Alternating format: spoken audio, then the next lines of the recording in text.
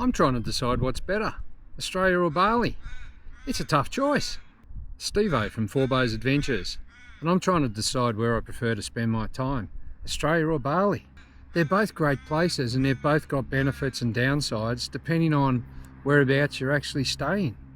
So I go to Bali probably 2 or 3 times a year, and I love to have a look around. I love to explore. I love to get out amongst different areas and have a look at how people actually live. And it's very easy to get caught up in that tourist trap and think, isn't this all fantastic? And have a great time while you're there and think, oh, wouldn't I love to live here? And that's very, very, very common. So I'm trying to keep a level head about it all. I'm going there in about 10 days. So I've got my carry-on bag and ready to go. So heading over there for roughly 2 weeks. I'm going to Sanua and I'm going to head up to Cinnamon and I'm going to have a look at Chandidasa on the way back. So there's a few things I thought I'd have a look at and compare Australia to Bali. Now overall, lifestyle, Australia's pretty good. It's a clean country, it's a fair bit of freedom, provisions are good, you know, rubbish is removed probably, roads are not too bad, although if you live in Victoria, potholes are a major issue, but otherwise it's not too bad. So we've got a lot of good things going for us in Australia. Cost of living's starting to kill me, I've got to admit. I think, geez, every time I earn a bit more, I lose a bit more. Went to a cafe the other day and a sausage roll was $10. I mean, geez, that's some serious money for a sausage roll. I had a coffee on top of that, that was another $7. And pay by card and you get hit with another little surcharge. So it's nearly $20 and I've got a sausage roll and a coffee. I compare that to Bali. If I spend $20 in Bali, I'm eating a feast. So there's some comparisons that really shine and make the countries look totally different. One of the things I've noticed about Bali particularly is that people are very, very, very friendly. A lot of them are living with nothing, absolutely bugger all, and they're having the best time of their life. Now I'm not sure if that's the Buddhist influence or it's just the culture of the country, but I've got to admit that's one thing I really love over there. I love mixing with the locals, seeing them smile, and they're all happy to talk to you. Half the people in Australia, if I walk up near them with one of these little cameras, they think I'm doing some sort of spy espionage business, which I'm not. I'm just out having a bit of fun, making a video, recording a few things that people can watch. And that's totally different in Bali. They'll grab hold of you, they'll call you in and have a look, what are you doing? And that's really, really, really refreshing. Another big thing about Bali, it is noisy. Everywhere you go there's motorbikes, people riding around on these scooters, chopping up the inside of each other, cars everywhere. The streets are a bit quieter in Australia. Now I live in regional Victoria, of course. I'm in Mubu North, so that makes a massive difference for me. But we don't have that traffic problem. Around here we get where we want to go. You can probably even hear in the background. I'm out now in a park in Mubu North. Probably the noisiest thing is the, I think it's a magpie up the tree there. So from that point of view, I think Australia does win. Our traffic's a lot better, our road infrastructure's better, our mode of transport is better. However, Bali is also cheap for transport. You use an Uber here, if I take a standard Uber here or a taxi or whatever, it's going to cost me at least $50 before I get out of the thing. I can travel for almost a day for $50 in Bali. So our money just goes so much further, and for me, that's pretty important. You know, I'm heading on to retirement age eventually. I'm 62 this year, and the old dollar becomes more and more important. So bang for buck, I think in respect of transport, Bali wins. Road infrastructure, Australia definitely wins. Get on to the point of restaurants and eating. Bali by far, I think, wins from Australia. Now, a lot of people talk about the notorious Bali belly. I've been very, very lucky. I don't really suffer from gut conditions. So I eat street food, I eat where the locals eat. I'm not silly about it. I try and pick the clean places, or as clean as possible. Some of them look a bit dodgy, but I try to pick places where the food looks half respectable. If it's got a bad smell about it or anything, well, I'm not touching it. But most of the food's fresh, it's enjoyable, it's got great flavours, and most of the times I'm paying about $3.50 a plate. So compare that to what I'm paying in Australia. You know, I go down to the local pub, I'm probably paying $25 for a schnitzel. If I want a steak, I'm probably up around $45 these days. So from that respect, I'm getting a lot more bang for my buck. The food is different. I've got to admit, I like a bit of mee goreng and nasi goreng, bit of rice and that sort of stuff. So for me, that's enjoyable. Satay sticks I absolutely love. Last time I was there, I was buying satay sticks on the street, 10 for $2.50, 25 cents a stick. And they're absolutely delicious. So that point of view, I think Bali wins as far as the cost of food goes. I don't mind a beer now and then. I have a few bintangs when I'm over there. I just recently found out that bintang actually means star. So that's why it's got a star on the label. Took me a while to figure that out. Probably just a little bit of getting older and losing my mind a little bit in that regard. But the beer there, I pay about somewhere between $2.50 and $3.50 a stubby. Now, you compare that to your local supermarket, it's probably comparable. Slab's a bit more expensive here in Australia now. But this is restaurant. I'm going out and drinking in restaurants and bars and on the beach and places where I couldn't do it in Australia. So from a point of view of going out and enjoying a beer, I would say Bali wins. I love Australian beers. We've got some fantastic craft beers around here, a few breweries and some great pubs that have some different stuff on tap. And I love to enjoy it, but the problem is it's so expensive. Like I think a pint, roughly about $13 here. And from what I understand, when I travel down to Melbourne, it's even more. So, you know, you look at a pint, it's sort of nearly two stubbies. So, probably looking at $7 against $15 generally. So, sort of half price for the beer. That makes a big difference as well.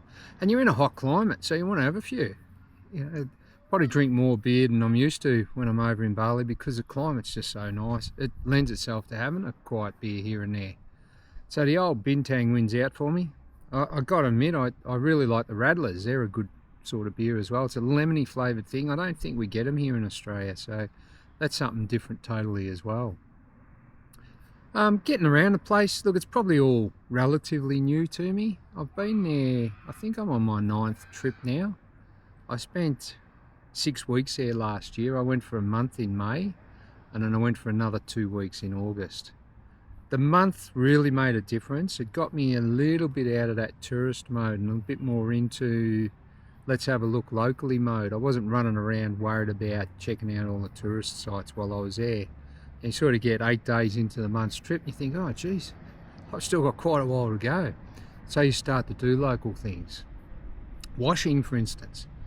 I pack carry-on only because I don't need to do too much as far as washing over there.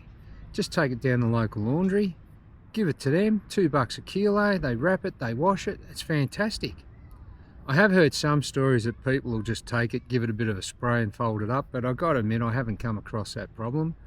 Yeah, you can usually tell when something's not washed and it's just been given the once over, but the stuff I've had done, particularly at the little laundry I go to in Sanua, has been fantastic. The lady's always got it ready for me the next day and we're right to roll. So I think from a laundry point of view, all the stress goes out of it. I don't have to worry about a washing machine, I don't have to worry about hanging it out, I don't have to worry about folding it. I just take it down there, drop it off, go and have me bintang on the beach, come back, washing's done. So even if the lifestyle there, not the tourist factor, the actual lifestyle of living there kicks in, that's still a very economical way to get your laundry done. So I'd say that not too many people would worry about doing their own washing in Bali. Just put it into the laundromat, thanks very much, I'll come and get it later. And it is the same with those meals. Yeah, it's nice to have a bit of Vegemite toast in the morning, and I usually have a jar over there. By the way, Vegemite's $11 in Bali for a little jar. But if you want it, you buy it. So toast is okay, but generally worth going out for a meal. Having a look around, trying different places, get your coffee in the morning. I don't think I've ever spent over $35 in a day.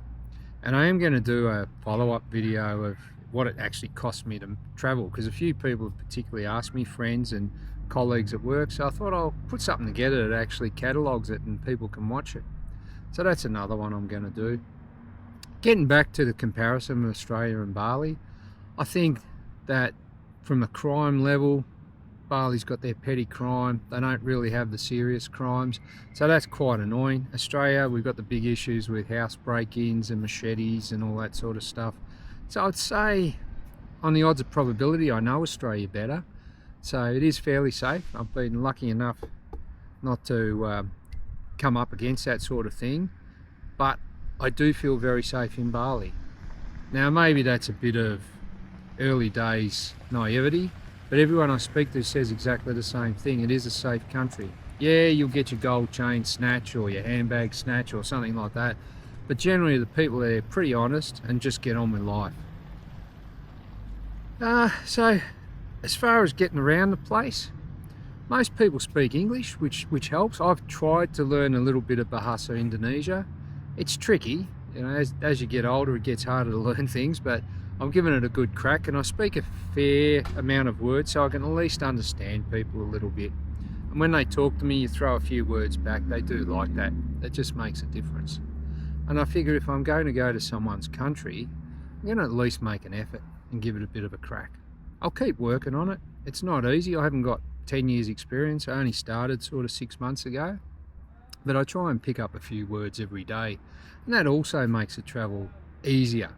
If you haven't got any language, well, of course Australia wins out as far as getting around, because you can read the signs, you can go wherever you like, and it's actually your hometown, so that's a hell of a lot easier.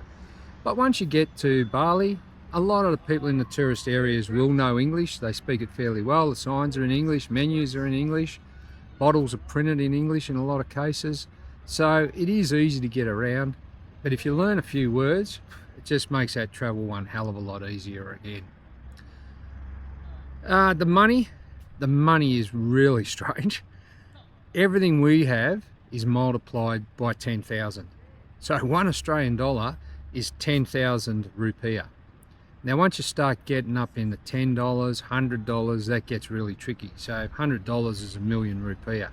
So you go to the bank, you can be a millionaire for about 10 minutes and then your money starts to dwindle. So that takes a bit of getting used to as well. Always been brought up with Australian money. I was born just before decimal currency kicked in, so it's the only one I've ever known. It's pretty easy to get around. You understand what a dollar's worth. But when you're looking at all these notes and you've got a 1,000 rupiah note, you've got a 10,000 rupiah note, 100,000 rupiah note, you're going, hang on, what have I got here? So you do have to think a little bit, so that can be confusing for us when we travel as well. So weighing up all the different factors, based on what I've seen of Bali, I'm pretty happy with it. I like going there. I think it's a good country. How's it compare to Australia? It's different. Different way of life, different style of country, different culture, different priorities, but geez, it's a lot of fun. So do I think one's better than the other? Not necessarily. I just think there's a lot of differences in the two countries. But if you can head across and have a bit of a look at Bali, keep an open mind. Understand we are Australians and we will do things a certain way, but they've got cultures and traditions and ways of doing things that I think are worth having a look at. Even they're dealing with cremations and things like that. Down on Sanur Beach, they often have cremations just at the back of the beach. They fire up a big gas burner and there goes the cremation, and everyone has a big party and they do a little bit of cleansing in the water, and everybody actually makes it a pretty happy time, which is good in a way. You know, death's a part of life and they seem to embrace it, and I think that Buddhist style for life and death is pretty good. I've got to admit, I could probably learn a bit from that sort of thing and take a different attitude towards things. So I'm looking forward to my trip. I'll do a bit more when I get back about how it went and what the prices were like. And I've never been to Cinnamon, so it'll be interesting to see what that's like. I haven't been to Candi Dasa, so I'm going to ride a motorbike up there. It's a couple of hours ride. I'll just take it nice and easy. I'm on a scooter. I'm not going to dress in full leathers, so I'll just be taking it nice and quiet. But I've got to admit, I'd probably go as quick on the e-bike as I do on the scooter. So I'm not totally concerned, but I'm not naive about it either. Got my travel insurance, got my coverage for it, got my international driver's license. I do have a bike license here. So I think I wear a helmet. So I think from that respect, I'm pretty well covered. But it'll be interesting just to ride around in a different country and get an idea. Road rules sort of go out the window. So you're all over the place. You just go with the flow of traffic and try and fit in as well as you can and stay out of the other people's way. Ridden there, probably on about 6 trips now, and luckily haven't come to grief. haven't really had situations where I go, oh geez, I don't know what I'm doing here. I just flow with the traffic and off it goes. So I'll give it my best crack. I'll keep an open mind on whether Australia or Bali's the better country, but I think at the end of the day I'm probably going to find it's a little bit of adaptation of both, and being in either country and spending a bit of time and have the opportunity to travel is probably a wonderful thing that a lot of people don't always get. So for me, I appreciate it, I enjoy it, and I'll be having fun in Bali. Hope you get the chance to go there too.